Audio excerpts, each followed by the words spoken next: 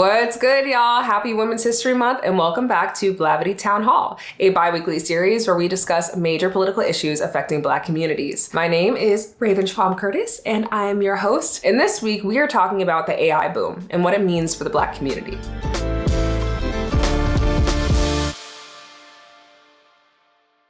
You know, it's interesting because AI is not now what it once was. If you remember those kind of older videos a couple years ago of Will Smith eating spaghetti, they looked so absurdist, like something that Picasso might have made. Clearly fabricated, clearly not real. Now AI has become so sophisticated that it's often undetectable, that it's being used to spread disinformation. It's being used for offensive military actions by nation states, and even widely adopted by the average person for problem solving, work assistance, work replacement, etc. And I want to know what this all means for Black folks.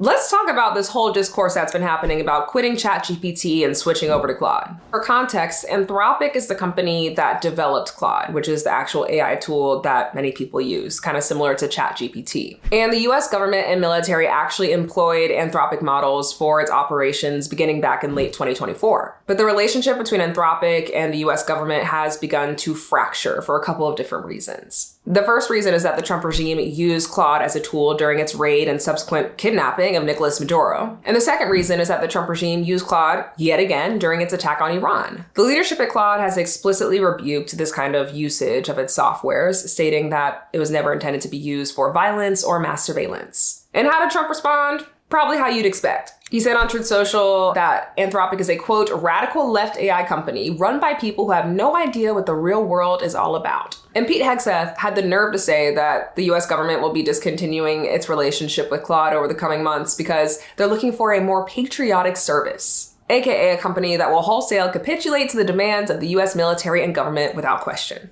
It should come as no surprise then that OpenAI, which is the company that developed ChatGPT, jumped into the mix here and secured a deal with the Pentagon. Real classy. In response, a lot of people have been discontinuing their use of ChatGPT and flooding over to Claude. I think there are a couple really important takeaways here. The first is that AI is not a benign tool. It's being weaponized by US empire to further imperial ambitions of mass surveillance and violence and subjugation, whether the companies want that or not. I think we've also learned from the situation that not all AI companies have the same line in the sand. They don't all operate by the same guiding principles. All that being said, I don't know if I personally agree with all the Claude praise right now. After all, they did still have a contract with the US government and military beginning back in 2024, which included a partnership with Palantir, which has sort of funneled a lot of technology into the Israeli military as well as Amazon Web Services. So it's not like Claude is squeaky clean in their operations either. It'll be interesting to see if ChatGPT just allows the Pentagon to have totally free reign and use their technologies and softwares as they see fit. Time will tell on that one. But I think what makes me fearful about this series of events is that the Trump regime has set a dangerous precedent, which essentially puts companies like OpenAI and Anthropic in a situation where they have to decide if they want to hold on to their morals or cash out. And in a capitalist society, while the former does happen, I think the latter is infinitely more likely.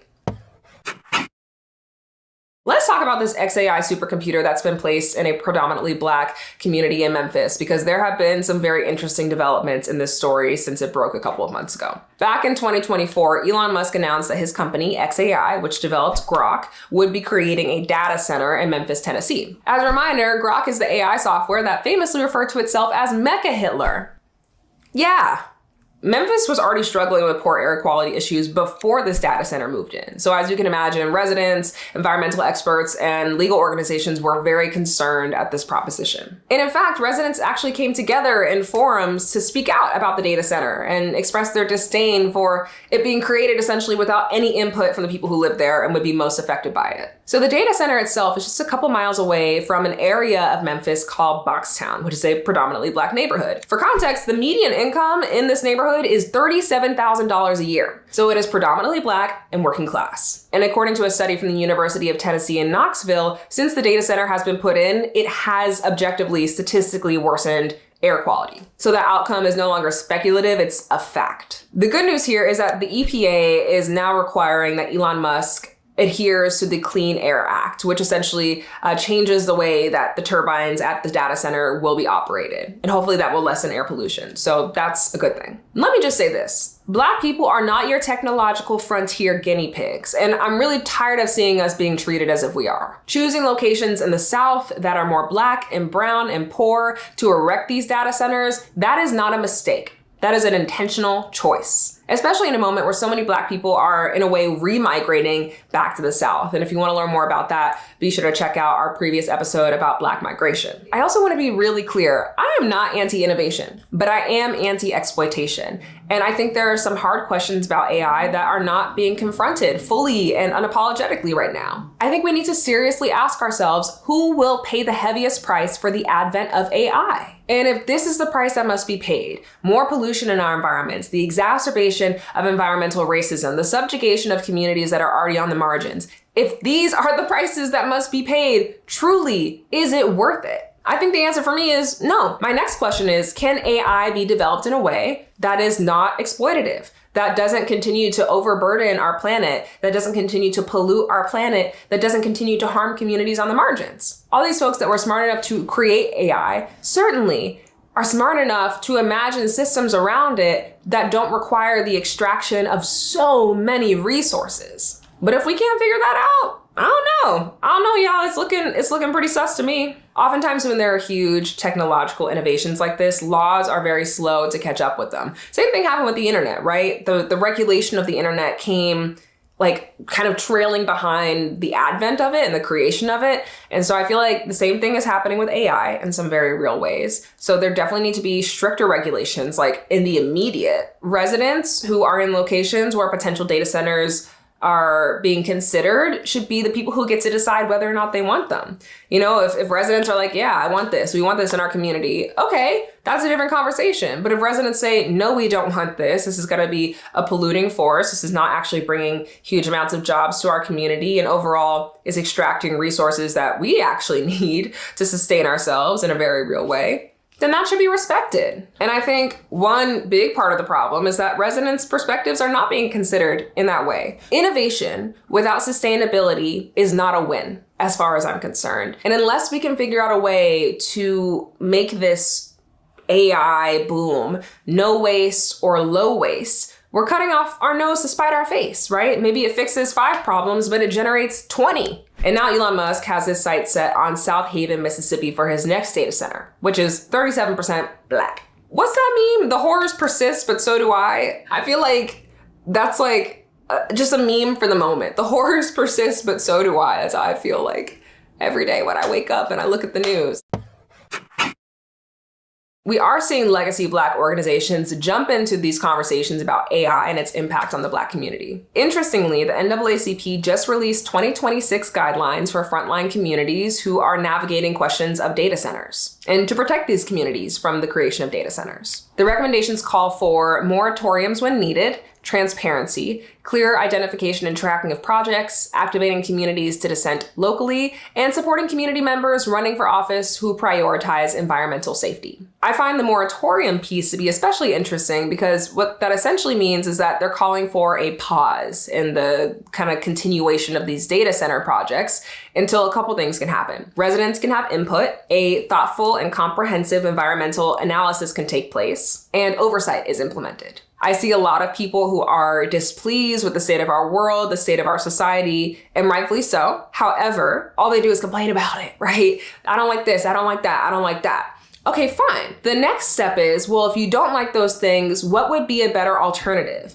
And what kind of skin do you have in the game? Are you willing to put in the game to help actualize the better alternatives? I think critique is most impactful when it is also coupled with alternative suggestions, world building, co-imagination. And that's a responsibility that every single one of us has, to be clear. The next idea that innovates our whole world, that makes everything better, could come from you right now, genuinely. And I think there's this assumption sometimes that it's gonna be like always the major organizations or the major figureheads or the major leaders of the moment who figure that out for us. But it really is a shared collective responsibility. And I think that's something important to ground us in. I think these guidelines are a step in the right direction because they do offer us an alternative to how things are being conducted right now. That being said, these guidelines don't necessarily call for the abolition of data centers or the fundamental reimagination of AI and how we relate to AI. It more so calls for checks and balances around how they come to fruition, which is not nothing, to be clear. I do still think that's a step in the right direction. And I just want to underscore that those are two different things. Baratunde Thurston is an incredible Emmy-nominated PBS host, keynote speaker, storyteller, podcast host, author. You can think of it, you can name it, he's done it. I'm so excited to be in conversation with him, so here's that interview. I'm joined by Baratunde Thurston. How you feeling today? Yeah, I feel good. I mean, I feel tired with the slip and slide into fascism, but, Listen. Grateful for the ancestors, grateful for this time here with you and the crew that's assembled. What's up? Absolutely. I love that. I'd love to jump right in here with this first question, which is what brought you to this world of sort of the intersection of tech and nature? Because in some ways, it seems like these might be competing or antithetical things to sort of sit at the intersection of. I blame it on my mama. That's where it starts. Arnita Lorraine Thurston, may she rest in peace and power. She handed me a non-cash inheritance of a belief in myself and a love of all life and the world, a solid political footing and grounding and say it loud, you're black and you're proud and don't take the okie doke from the typical story. And she was a computer programmer herself. I think that the earth is our first mother and our home, and we would do right by ourselves to do right by her. So I don't think we protect the earth without having allies with tech. I don't think we can just go all in on the tech thing blindly. We'll destroy the earth. Well, one, thank you for sharing this loving story about your mom and how she really has just served as such a powerful catalyst in all that you do. I think that's beautiful. And so many folks who are listening can relate to that, right? So what does it look like in your life to strike that balance between respecting the intelligence of both nature and machines? We're starting from a deficit position because our whole culture is established on the premise of that separation. And so it would behoove us to release individual responsibility to right that balance. Right? There's some structural things that need to happen to fully get free. And we can do better. So I am struggling and I'm appreciating. What that balance looks like for me is outside this window, I'm privileged to look at green. I'm looking at screen and I'm looking at green. And I just try to remember that the screen is a little slice, but there's a whole immersive 3D tactile actual reality. It's the other AR. I'm aware of it. That's the best effort that I can really commit to, is to maintain awareness. The attempt to maintain that balance is not a solo activity, and that we will need some collective commitments to decide what is worth retaining of the natural and how do we get the best out of the synthetic, shall we say. If our embrace of technology comes at the expense of our connection to ourselves, our connection to other people, our connection to all life, then we got a problem. I love what you just said there about essentially how technology is supposed to be a conduit for community, not a replacement for community. That's it. I'd love for you to talk about sort of these dual sentiments or discourses that AI is extremely dangerous for the environment and damaging to the environment and exacerbating things like water bankruptcy, and this very interesting idea that maybe AI could actually aid in addressing the climate crisis. I am of many minds about AI myself. I am not here as a representative of the machines. I am not employed by any frontier model provider. Chat nor Claude sent me as an emissary or some kind of overseer to convert anyone. I see value, I see risk, I see peril, I see possibility. With the climate conversation, I had a conversation with a man named Gavin McCormick. Gavin is the co-founder of an organization called Trace and another one called Watt Time. Trace, he created with Al Gore. It's a nonprofit, and they use satellite imagery to track carbon emissions all over the world, with or without the permission of the people doing the emitting. Eyes in the sky don't lie. So that's been a really helpful tool for ecological justice, for earth justice. And that's AI. When we're talking about implementation for various kinds of AI systems, I guess specifically generative AI in this moment, I think the research backs up what you're naming. So I think implementation is everything. And It is. I don't know, it'd be nice if we had less tech oligarchs in positions of power and more folks kind of focused on that equitable distribution. We're in a moment that is so powerless. We're on this knife's edge. And we could really be in the recolonization of everything. Right? That papal bull, that doctrine of domination, that's what it was called that I hinted at earlier. That set the stage for property rights as we know it, for the rights to own people, for the rights to disregard. And now we're doing that. We're colonizing people's artworks. We're colonizing people's movements and your face and your voice and the ability. Meta just has a patent out, it's the ghost patent, to recreate us after we're dead. So we keep posting on social media. And the US government granted. What? So exactly, you're making all the right facial expressions. This is for sure bad. This is how you respond to things that are bad. There's more. There's more possibilities, but I want us to feel that sense of possibility, not just like I got to keep up with this, which I feel, or I got to stop this, which I also feel. But what can we be enthusiastic about creating? What are the models that we would have for our own culture, as broadly as Black people, or in your own family, right? Or in your religious community, or whatever it is, in your Girl Scout troop. You know what I'm saying? Like there's so much creativity we can bring to this. We bring flavor to everything we touch. So like if we apply that here with sovereignty, with some sense of self-determination, it could be a real new game, a real new day. But we got to see it like that. We can't just keep seeing it as, do I install this app? That's not the right level of thinking. How do I wield this power? That's the right level of thinking. We got to find a way to get right with ourselves, to get right with our relationship with our fellow human beings. We got to figure that out. And for many reasons. One practical reason is that these AI systems that are gaining increasing amounts of power and autonomy, they're watching us. Yeah. They're learning from us. They're literally trained on subsets of us, on data sets of slices of us. They are gigantic mirrors reflecting us back at ourselves. So whatever they start doing, and we're like, where did that come from? They're going to be like a 1990s after school special. I learned it from watching you. And so we got to be teaching the good things. I really want to do a deeper dive into some of the nitty-gritty of what AI means for Black workers, because that is an unfolding and expanding conversation. We're getting a lot of new research that I want to discuss with you today that I think is super pertinent to the conversation. Big AI tech companies often promise huge job growth and opportunities connected to these data centers. But the reality is that the jobs offered are often temporary and highly paid tech positions, which rarely end up getting filled by Black workers. According to the National Science Foundation, AI is expected to disrupt 25% of jobs across the next 3 years. And fields where there are a lot of Black workers are especially susceptible and vulnerable to these impacts. McKinsey actually recently did a study on generative AI and the implications that it would have from sort of a more racialized lens. And they found that it could, quote, widen the racial economic gap in the US by $43 billion each year. But that outcome depends on implementation. So kind of what I've been talking about in terms of sustainability, job hiring, opportunities, so on and so forth.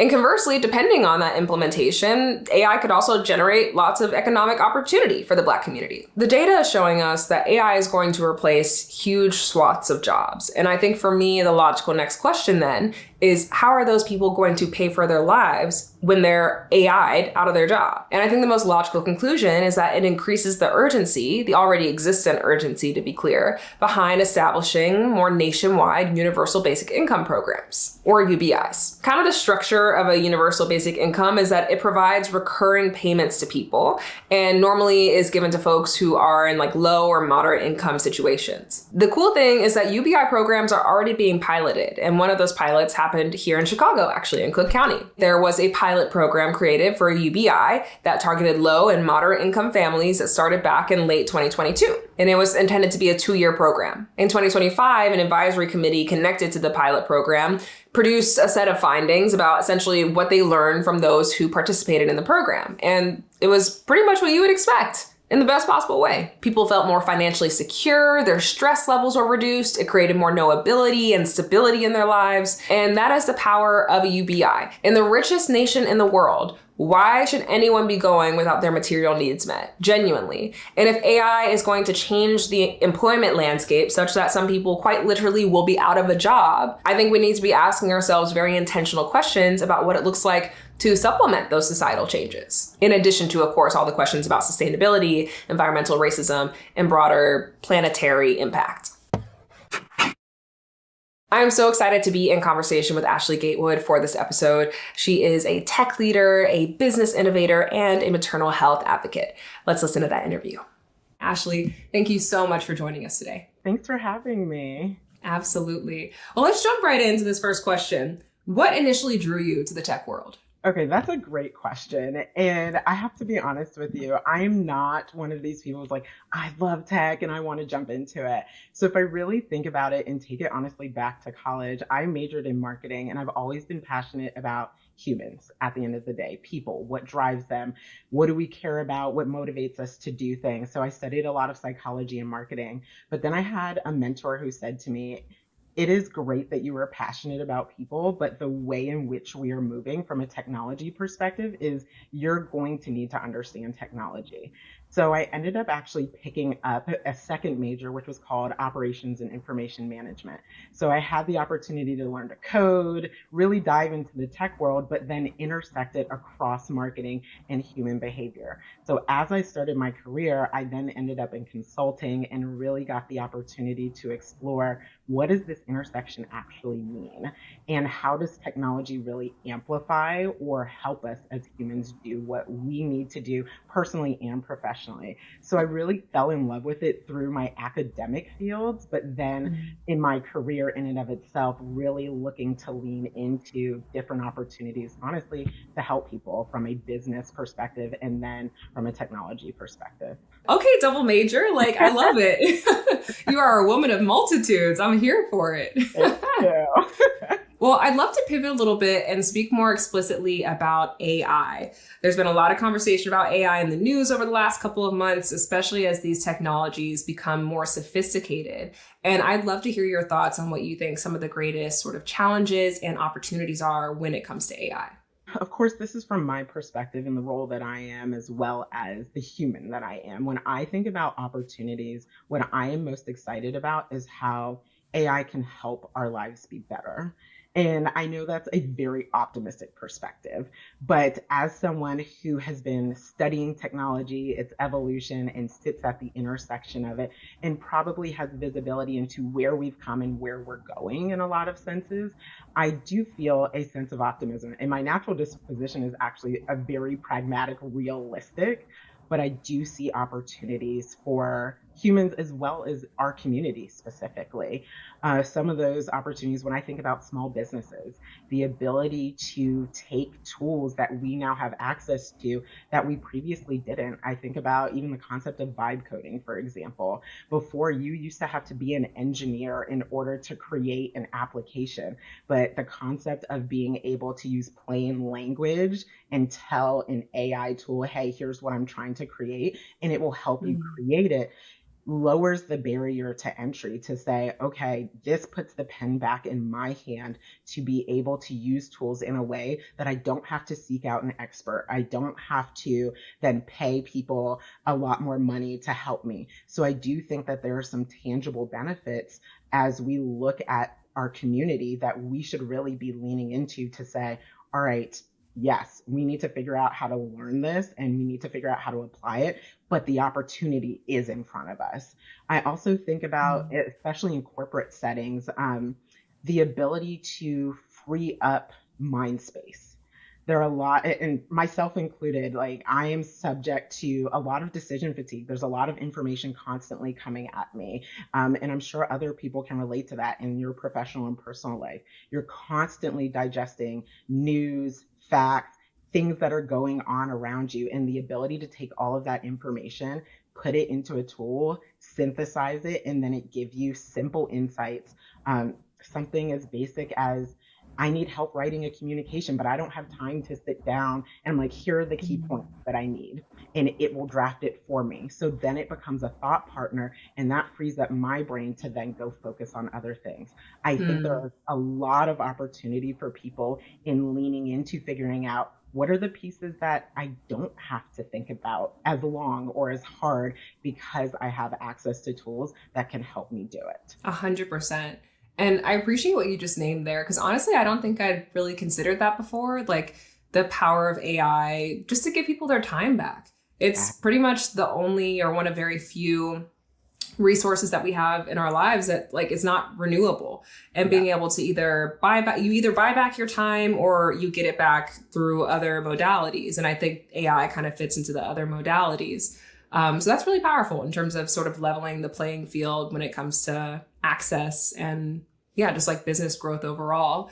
I am curious though to hear your thoughts on like some of the limitations too, whether it's regarding implementation, but also specifically the impact on like Black communities. Accessibility is not the ability to use it. Let's start with that. And I think sometimes we use those interchangeably. And when you think about being able to teach someone how to use these tools, if you don't have the infrastructure in place, if I don't have access to a computer or a device, it could be a phone, whatever it may be, if I don't have reliable internet, some of the basic necessities, how am I actually going to be able to have the opportunity in real terms to actually learn how to do this? I think in that scenario, figuring out en masse, honestly, what does that look like in our communities? How do we actually provide the infrastructure and resources required, but also the time and space, and then the experts and teachers to do it? So there's a lot of pieces to the accessibility and ability component of it that I do think in real terms are actually challenges that we still have to work through.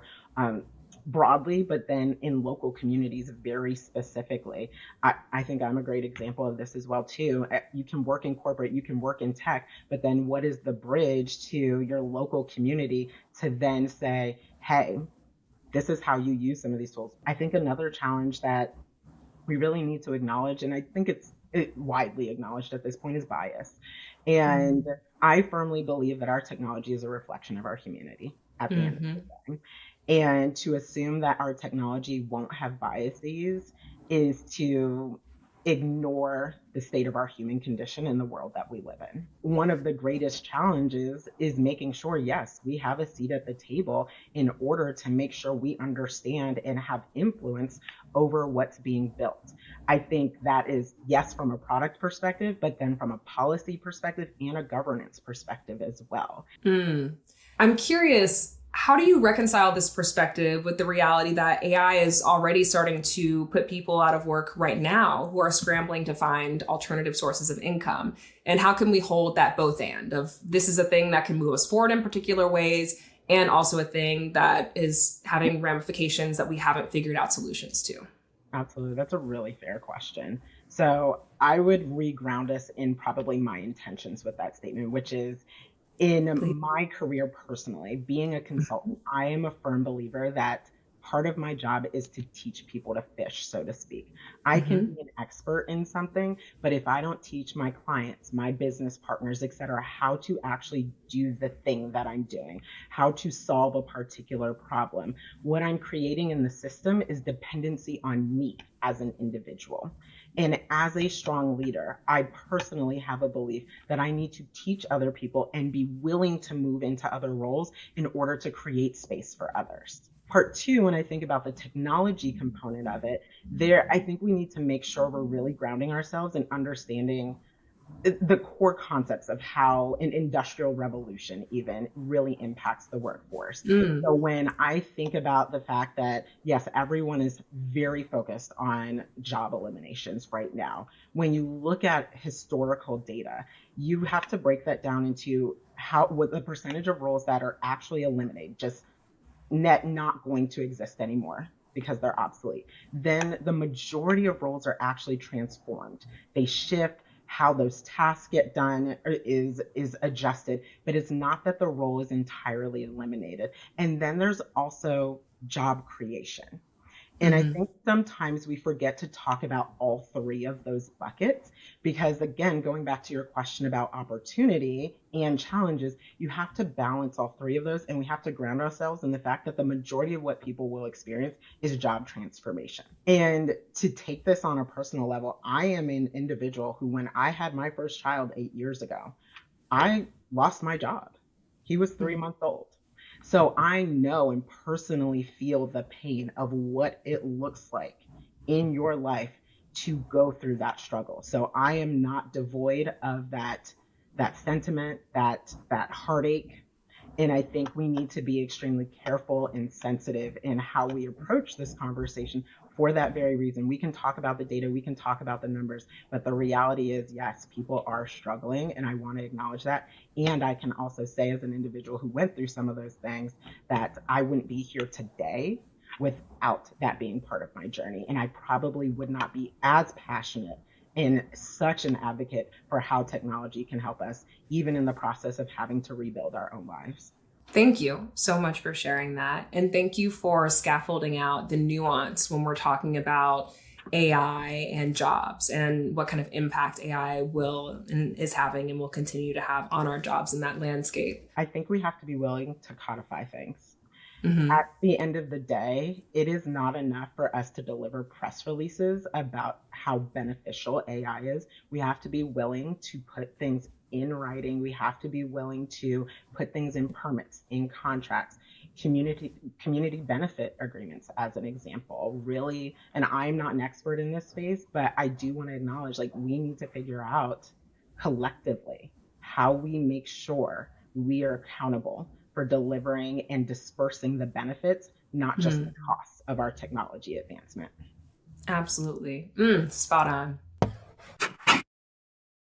Last year, we saw Grok refer to itself as Mecha Hitler, pump out a bunch of anti-Semitic tropes and sentiments. It also is used to create super anti-Black visuals, stereotypical visuals of a Black man eating fried chicken and watermelon. And it also more recently has been used to create CSAM material, as well as non-consensual nudified visuals of adults. The reality is that AI is being used to promote bigotry in many forms, including the usage of AI blackface, and it's growing in prevalence. It's not going away. I have spoken a lot about this phenomenon over the last couple of months. One of the videos that I made was actually during the government shutdown when snap cuts were being heavily discussed and debated. And suddenly there were all of these AI videos of Black women being caricatured through this lens of the welfare queen. And some of them were actually being used as content fodder for MAGA influencers and MAGA creators who were pointing to them as examples of why we don't need the social safety net and how greedy people are. All the while, they were literally AI videos. And I guess those creators either just didn't care and used them to make their point anyways because it was politically expedient, or just didn't realize it was AI. I don't know which one is scarier. I also found and made a video about this account with thousands of AI videos, some of which have gone extremely viral, where it's mostly Black and brown people screaming at ICE agents, sometimes getting like physical with ICE agents or pushing them or things of that sort of proliferating this like angry Black person, angry brown person framework. And also the profile picture for this account is literally a Black man. Do we know who's running the account? Do we know their background? Do we know their intentions? No. And so I think a lot of ethical questions around the usage of AI are being raised. I think a lot of ethical questions around what boundaries should be put in place are being raised. And many of those questions are also in conversation with like the First Amendment, right? If we say that you can't do AI blackface specifically because digital blackface predates this moment, then is that infringing upon your freedom of expression and your freedom of speech? These are some like real fundamental questions that we've not ever had to confront in this particular way. Now, have these questions been confronted in other ways, like sort of the memification of Black people online and everyone using Black GIFs and sort of this alternative sort of engagement with Black cultural production and some of the critiques around that? Yes. But I think this sort of takes the conversation to a whole nother level. The blatant truth is that AI is being used to fuel tropes and to spread disinformation and misrepresent whole communities of people. And like anything, any tool can be used for good, any tool can be used for evil. But the question I'm grappling with right now is AI the next frontier of white supremacy? I think for some people, yes. Yes, it is. Does that mean that's all that AI is? Absolutely not. And I think its sort of wider societal and cultural implications are really damaging. It hands a critical tool to people who don't love our community, don't care for our community, and don't want to represent our community in ways that are accurate and fair. All right, we're getting towards the end of the episode, and this is very fun for me because I get to do what I basically do all day anyways, which is scrolling through social media, looking at what people are saying about the things that I care about. And I found some very interesting videos for us to talk about today. I really want to turn our attention to what people are saying online about AI blackface, AI in general, and what it means for our community. So you could keep on checking it. Never really knew that she could dance like this. She make a man wanna speak Spanish. Como se llama? The advent of AI influencers is really a wild phenomenon, and a lot of them have already accumulated huge followings. Same with AI music artists. I think it raises some real concerns around artistic integrity and protection in the 21st century. And also the real possibility for these AI influencers to exacerbate something that we already know is a problem, which is that social media is having a really bad effect on people's mental health and how people compare themselves and measure themselves and the level of satisfaction we all feel with ourselves. So we already have all these unrealistic standards online. Now people can make the perfect, quote unquote, based on whatever standards in their mind, AI influencer, and now we're comparing ourselves to that? It just seems like very dangerous territory. I also worry, especially with videos like the one we just watched, that Black and brown bodies will be exoticized to sort of be able to pull out a piece of this attention economy and tap into this attention economy. And the question I'm thinking about is, where's the line? What's sort of acceptable in a situation like this versus what's not? Do you have to share the identity of the AI influencer to push out visuals of that AI influencer? Should there be AI influencers at all? I think these are all perfectly valid questions. All right, let's watch the second video. Welcome back to class. It is day 37 of being called AI and fighting for my Black human life. But what's new? Let's talk about Black cultural capital and how AI is already being used to weaponize and extract, because while I'm out here blinking for my life, AI is out here stealing looks, sanitizing human existence, and scaling culture for profit. Okay, so this is very interesting because now real people, whole real people, are being mistaken as AI. And I think that's really scary, and it really points to the fact that AI has become so sophisticated that our ability to distinguish between what is AI and what is not is getting muddied. I think there's also a huge issue where a lot of AI videos online are not being clearly labeled as AI. There's not sort of a wholesale, broad spectrum way to detect when something is AI. There are AI detection systems, but they don't all detect the same kind of AI depending on what software was used to make that AI. And we're just a couple years in. The erasure aspect is real. People who don't share our cultural and or lived experiences are making fabricated versions of us and profiting from that. I think that's pretty weird. I'm sure I'm not alone in this. There are more elderly people in my life who have been tricked by AI, who have sent me AI videos thinking that what they were sending me was something real. These kinds of ploys and moves prey on the most vulnerable who don't necessarily know how to spot the difference between what's real and what's fake. And to this point about extraction and this conversation around people who are not Black or brown, creating AI visuals of Black and brown people and then profiting from that. I have to ask, is this digital neocolonialism? It's extraction, no? Now, is it the same thing as going to the continent and slaughtering people and, extracting resources? No, objectively not the same thing. But I think it's a conversation worth having. Like anything, AI is a tool.